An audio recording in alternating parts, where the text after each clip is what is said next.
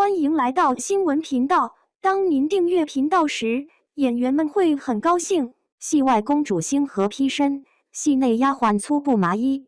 谭松韵分裂演技藏不住了，一抹流光溢彩的蓝蓬松裙摆缀满水晶，谭松韵踩着高跟鞋从红毯尽头走来，宛如童话里走出的公主。而此刻横店片场，她刚脱下那身粗布紫衣，发间还沾着扮演丫鬟10年上的草木碎屑。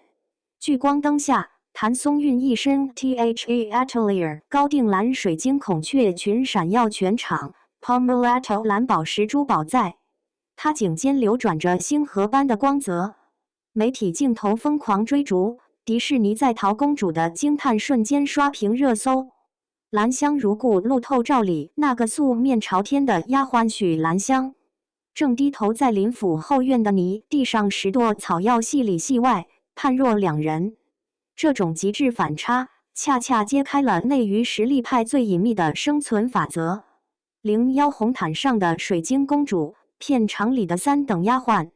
当谭松韵挽着刘学义踏上俄剧派对红毯时，现场粉丝的尖叫几乎掀翻屋顶。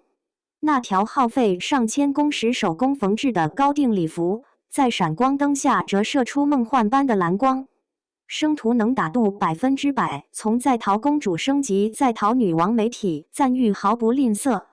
而在横店兰香如故片场，谭松韵一身素净紫衣，发间系着褪色的布条，正蹲在搭建的40亩实景园林里拍摄洗衣戏码。镜头推进，粗布麻衣的纹理清晰可见，与红毯上流光溢彩的公主形成戏剧性对照。这不是普通的角色反差，而是一场精心设计的艺术蜕变。剧中她饰演的沈佳兰，从世家千金沦落为林府3等丫鬟许兰香。剧组为此准备了80余套服装，从千金华服到粗布麻衣，纹样均严格参照明代出土文物。当谭松韵换上那套苏绣束领对襟袄，连珍珠扣排列都复刻了定陵纹样，历史感扑面而来。粗布麻衣才契合许兰香前妻身份，造型师一句话道破玄机。没有华服加持的谭松韵，反倒在生图镜头下展露出清水芙蓉般的灵动。02华服下的演技不易。俄剧派对后台，谭松韵与刘学义互动时，网友敏锐捕捉到两人初合作的生涩感。弹幕飞过，趁不熟快拍吻戏。这对剧中要演绎从仇视到倾心的 CP， 戏外却像初次见面的同桌。演技派的对决从戏外已悄然展开。